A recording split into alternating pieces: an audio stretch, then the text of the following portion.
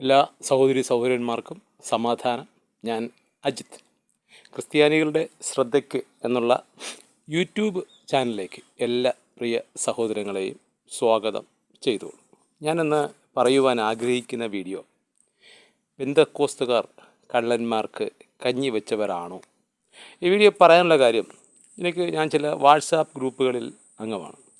ഈ അംഗമായപ്പോൾ അവിടെയുള്ള ഒരു വ്യക്തിയെ ഒരു വീഡിയോയിൽ ഒരു ഭാഗത്ത് പറഞ്ഞ ഒരു വീഡിയോയിൽ ഒരു പെന്തക്കോസ്തുകാർ ഏതോ ഒരു സ്ഥലത്തൊരു പേര് ഓർമ്മയില്ല, ആ സ്ഥലത്തെ പെന്തക്കോസ് സഭ ഒരു കർത്തൃമേശ നടത്തുന്നുണ്ടല്ലോ, വർഷത്തിൽ 1-2 തവണ കർത്തൃമേശ നടത്തുമല്ലോ.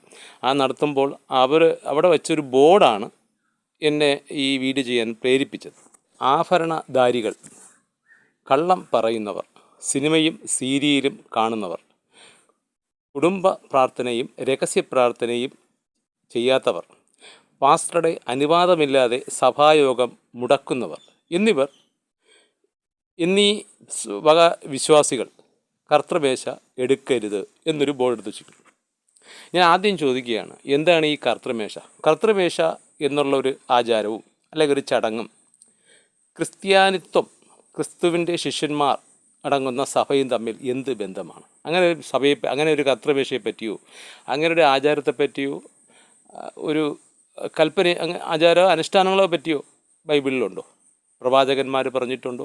യേശുക്രിസ്തു കൽപ്പിച്ചിട്ടുണ്ടോ? യേശുക്രിസ്തുവിൻ്റെ ശിഷ്യന്മാരായ അപ്പോസ്തലന്മാർ കൽപ്പിച്ചിട്ടുണ്ടോ? ആരെങ്കിലും കൽപ്പിച്ചിട്ടുണ്ടോ?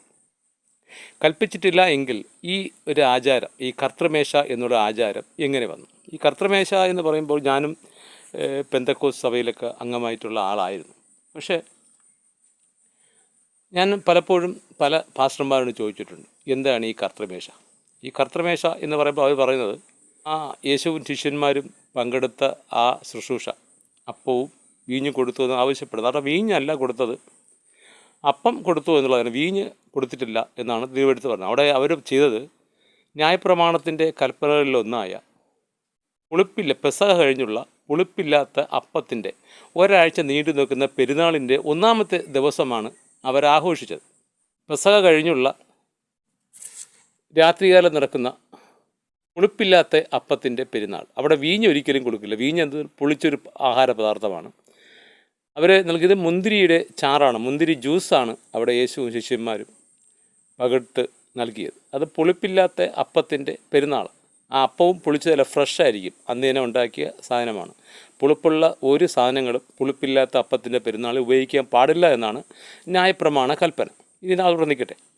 ആ ഒരു കൽപ്പന അനുസരിക്കാതെ, ആ ന്യായപ്രമാണത്തിൻ്റെ, ആ പുളിപ്പില്ലാത്ത അപ്പത്തിൻ്റെ പെരുന്നാൾ ആഘോഷിക്കാതെ ഇവർ സ്വയം ഉണ്ടാക്കിയെടുത്ത ബൈബിളിൽ വിരുദ്ധമായ, ബൈബിളിൻ്റെ ദൈവവചനത്തിന് വിരുദ്ധമായിട്ടുള്ള ഒരു ആചാരമാണ് ഈ കർത്തൃമേശ എന്ന പേരിൽ പുളിച്ച അപ്പവും പുളിച്ച വീഞ്ഞും കൊടുത്ത് ഒരു ആചാരം. അവർ ശരിക്കും ഈ പെസഹ ആചരിക്കാറില്ല. പെസഹ കഴിഞ്ഞുള്ള ഒരാഴ്ച നീണ്ടു നിൽക്കുന്ന പുളിപ്പില്ലാത്ത അപ്പത്തിൻ്റെ പെരുന്നാൾ ആഘോഷിക്കില്ല. അതിന് പകരമായി ഒരുമിച്ച് ചെയ്യുന്നൊരു പരിപാടിയാണ് ഈ കർത്തൃമേശ എന്നുള്ള പരിപാടി. ഈ കർത്തൃമേശ എന്നുള്ള ഒരു വ്യാജ ഉപദേശം തന്നെയാണ്. പിന്നെ അവിടെ ഇവർ പറയുന്നത്, ആഭരണം ധരിക്കുന്നവർ ഈ കർത്തൃമേശയിൽ പങ്കെടുക്കാൻ പാടില്ല എന്നുള്ളതാണ്. പെന്തക്കോസ്തുകാർ ആഭരണം ധരിക്കാത്തവരാണോ? അവരെ പുറമേ നോക്കിയാൽ അവർ കയ്യിലും കാതിലും കഴുത്തിലും ആഭരണങ്ങൾ അണിയാറില്ല. അവർ പറഞ്ഞ ആഭരണം എന്നുള്ളത് കമ്മൽ, മാല, മോതിരം, വള, ഇങ്ങനെയുള്ള സാധനങ്ങൾ മാത്രമാണ് ആഭരണം. എന്നാൽ തലയിൽ വയ്ക്കുന്ന ബോ, ലേഡീസ് പെന്തക്കോസ്തിൽ 50% സ്ത്രീകൾ ഉപയോഗിക്കുന്നൊരു ആഭരണമാണ് തലമുടിയിൽ ചുറ്റും വയ്ക്കുന്ന ഒരു ബോ, മെറ്റലിലുള്ള ബോ. അതൊരു ആഭരണമാണ്. അതുപോലെ തലയിൽ വയ്ക്കുന്നൊരു ക്ലിപ്പ്, അത് പലരും സ്വർണം ഉപയോഗിക്കാൻ പറ്റാത്തതിൻ്റെ പേരിൽ ആ സ്വർണ്ണ നിറത്തിലുള്ള ബോയാണ് കൂടുതൽ പെന്തക്കോസ്ത് സഹോദരിമാരും വയ്ക്കുന്നത്. അതുപോലെ അവർ എല്ലാവരും കയ്യിലോ കാതിലോ ചെവിയിലോ സ്വർണ്ണം ഇടാത്തതിൻ്റെ പോരായ്മ അവർ തീർക്കുന്നത്, അതിൻ്റെ പകരം തീർക്കുന്നത് സ്വർണ്ണ നിറത്തിലുള്ള വാച്ച് ഉപയോഗിക്കുക. പുരുഷന്മാരും അങ്ങനെ തന്നെയാണ്. അപ്പോൾ ഇങ്ങനെ ആഭരണം എന്നുള്ളത് വളയും കമ്മലും മാലയും മാത്രമല്ല, ആഭരണം എന്നുള്ള ഈ പല ദൈവം സൃഷ്ടിച്ച മനുഷ്യന് ഇല്ലാത്ത എക്സ്ട്രാ ഫിറ്റിങ്സ് എല്ലാം ആഭരണം തന്നെയാണ്. അപ്പോൾ അങ്ങനെ ധരിക്കുന്നവർ ആരും പെന്തക്കോസ്തുകാരിലില്ല. അപ്പോൾ അവർക്ക് അങ്ങനെ ആഭരണം ധരിക്കുന്നവർ കർത്തൃമേശയിൽ പങ്കെടുക്കേണ്ട ആവശ്യമില്ല എന്ന് പറഞ്ഞു യാതൊരു പ്രസക്തിയില്ല. എല്ലാ പെന്തക്കോസ്റ്റ് പാസ്റ്റർമാരും അവരുടെ ഭാര്യമാരും ഒക്കെ ആഭരണങ്ങൾ ഉപയോഗിക്കുന്നവരാണ്, വിശ്വാസികളും അതുപോലെ തന്നെയാണ്. പിന്നെ കള്ളം പറയുന്നവർ കർത്തൃമേശയിൽ പങ്കെടുക്കാൻ പാടില്ല. ലോകത്തിൽ വെച്ച് എൻ്റെ അറിവിൽ ഞാനൊരു പെന്തക്കോസ് വിശ്വാസത്തിൽ വന്നത് 15-18 വർഷം മുമ്പാണ്. അതൊരു 3 വർഷമേ ഞാൻ സഭ നിന്നിട്ടുള്ളൂ. അല്ലെങ്കിൽ ദൈവവചനങ്ങൾക്ക് അനുസരിച്ചിട്ടുള്ള ഒരു ദൈവസഭ ഒരിടത്ത് ഇല്ലാത്തതുകൊണ്ട് ഞാനൊരു കൂട്ടായ്മയിൽ പോകുന്നില്ല എന്നുള്ളതാണ്. അപ്പോൾ അതിൽ നിന്ന് മാറി നിൽക്കാനുള്ള കാരണം, ഞാൻ പോയ പെന്തക്കോസ് സഭകൾ 3 പെന്തക്കോസ് സഭകളുണ്ട്. ഒന്ന് അസംബ്ലീസ് ഓഫ് ഗോഡ്, ഒന്ന് IPC, ഒന്ന് IGC ഇൻ്റർനാഷണൽ ഗോസ്പൽ ചർച്ച്. ഈ 3 സഭകളിലും ആ സഭയിൽ പഠിപ്പിക്കുന്ന ബൈബിളും കയ്യിലെടുത്ത് അതിലെ വചനങ്ങൾക്ക് വിരുദ്ധമായ പച്ച കള്ളമാണ് അവർ പഠിപ്പിക്കുന്നത്. അതിൻ്റെ പേരിലാണ് മനോദുഃഖമുണ്ടായി ഞാൻ ആ സഭയിൽ നിന്ന് വിട്ടു നിൽക്കുന്നത്. ബൈബിളിലെടുത്ത ഒരു വചനം വായിക്കുകയും ആ വചനം വായിപ്പിച്ച് വിശ്വാസിയെ കൊണ്ട് വായിപ്പിച്ചിട്ട് അവരതിനെ വ്യാഖ്യാനിക്കുന്നത് അവരുടെ സ്വന്തം അഭിപ്രായം. ദൈവം ഏകനെന്ന് പറയുകയും ചെയ്യും. പിന്നെ അവരുടെ വ്യാഖ്യാനത്തിൽ ദൈവം തൃത്വമാകും.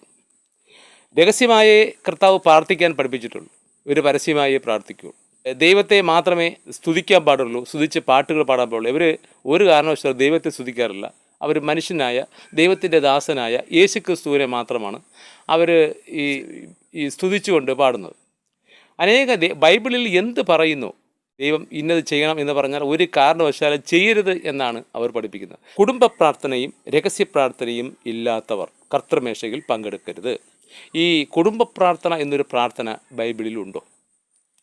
രഹസ്യ പ്രാർത്ഥന മാത്രമാണ് യഥാർത്ഥ പ്രാർത്ഥന. യേശുക്രിസ്തു തൻ്റെ ശിഷ്യന്മാരെ പഠിപ്പിച്ചെങ്ങനെയാണ്? നിങ്ങൾ പ്രാർത്ഥിക്കുമ്പോൾ കപടവിശ്വാസികളെപ്പോലെ ആകരുത്. കപടവിശ്വാസികൾ എപ്പോഴും മറ്റുള്ളവർ കേൾപ്പിക്കാൻ വേണ്ടി ഞാൻ പ്രാർത്ഥിക്കുകയാണ് എന്ന് മറ്റുള്ളവർ കാണിക്കാൻ വേണ്ടി പ്രാർത്ഥിക്കുന്നു. ആ പ്രാർത്ഥന ദൈവം ഒരിക്കലും കേൾക്കില്ല. അത്തരം പ്രാർത്ഥനകളെ കപടവിശ്വാസി പ്രാർത്ഥനകളാണ്. അത്തരം പ്രാർത്ഥന നിങ്ങൾ ചെയ്യരുത് എന്നാണ് യേശുക്രിസ്തു പഠിപ്പിച്ചത്. യേശുക്രിസ്തു പഠിപ്പിച്ച പ്രാർത്ഥന രീതി എന്നത് മത്തായി എഴുതിയ സുവിശേഷം 6-ാം അധ്യായം 5 മുതൽ 8 വരെ വായിച്ചാൽ മനസ്സിലാവും. നിങ്ങൾ പ്രാർത്ഥിക്കുമ്പോൾ കപടവിശ്വാസികളെ പോലെ ആകരുത്. പള്ളികളിലും തെരുക്കോണിൽ നിന്ന് പ്രാർത്ഥിക്കാൻ ഇഷ്ടപ്പെടരുത്. നിങ്ങൾ പ്രാർത്ഥിക്കുന്നത് അറയിൽ കടന്ന് വാതിലടച്ച് പ്രാർത്ഥിക്കണമെന്നാണ്. അത് നാട്ടുകാരെ കേൾപ്പിക്കാതെ, വീട്ടുകാരെ കേൾപ്പിക്കാതെ നിങ്ങൾ പ്രാർത്ഥിക്കാവൂ. അങ്ങനെ രഹസ്യത്തിൽ പ്രാർത്ഥിക്കുന്ന പ്രാർത്ഥന മാത്രമേ ദൈവം കേൾക്കുകയുള്ളൂ, നിങ്ങൾക്ക് മറുപടി കിട്ടുകയുള്ളൂ. അല്ലാത്ത പ്രാർത്ഥന ദൈവം കേൾക്കുന്നില്ല എന്നാണ് യേശുക്രിസ്തു പഠിപ്പിച്ചത്. അപ്പോസ്തലനായ പൗലോസ് പറയുന്നത്, നിങ്ങൾ ഭാര്യയും ഭർത്താവും ഒരു മനസ്സും ഒരു ശരീരവുമായിരിക്കണം. എന്നാൽ ഒരേ ഒരു സമയത്ത് മാത്രമേ നിങ്ങൾ വേർപെട്ടിരിക്കാവൂ. പ്രാർത്ഥന എന്നുള്ള സമയത്ത് മാത്രമേ നിങ്ങൾ വേർപെട്ടിരിക്കാവൂ. കുടുംബ പ്രാർത്ഥന എന്നൊരു പ്രാർത്ഥന ദുരുപദേശമാണ്, ദുരുപദേശ രീതി ആചാരമാണ്. ദൈവത്തിൽ നിന്നും ഓരോ വിശ്വാസിയെയും അകറ്റാനുള്ള ഒരു ഗൂഢതന്ത്രം മാത്രമാണ് പരസ്യ പ്രാർത്ഥന. പാസ്റ്ററുടെ അനുവാദമില്ലാതെ സഭായോഗം മുടക്കുന്നവർ കർത്തൃമേശയിൽ പങ്കെടുക്കാൻ പാടില്ല എന്നാണ് ഇവിടെ ബോർഡ് വച്ചിരിക്കുന്നത്.